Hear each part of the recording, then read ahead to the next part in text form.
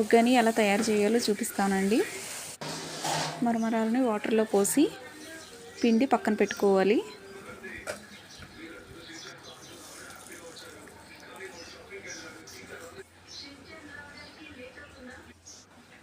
మనకు కావలసినవి ఆనియన్స్, పచ్చిమిర్చి, టొమాటో, కొత్తిమీర, కరివేపాకు, ఆవాలు, జీలకర్ర, 1 కప్పు వేపుడు శనగపప్పు తీసుకుని మిక్సీ పట్టాలండి.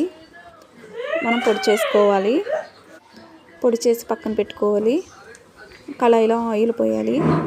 వేసిన తర్వాత జీలకర్ర, ఆవాలు వేసి వేగించాలి.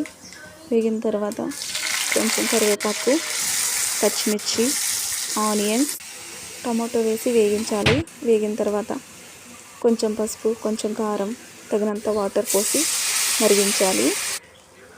మరిగిన తర్వాత తగినంత సాల్ట్ వేసి పిండిన మరమరాలు వేసి బాగా కలపాలి. కలిపిన తర్వాత పొడి చేసుకున్న పుట్నాల పొడి పైన అలా వేసుకుంటూ బాగా కలపాలి. పుట్నాల పొడి వేసుకుంటూ బాగా కలపాలి.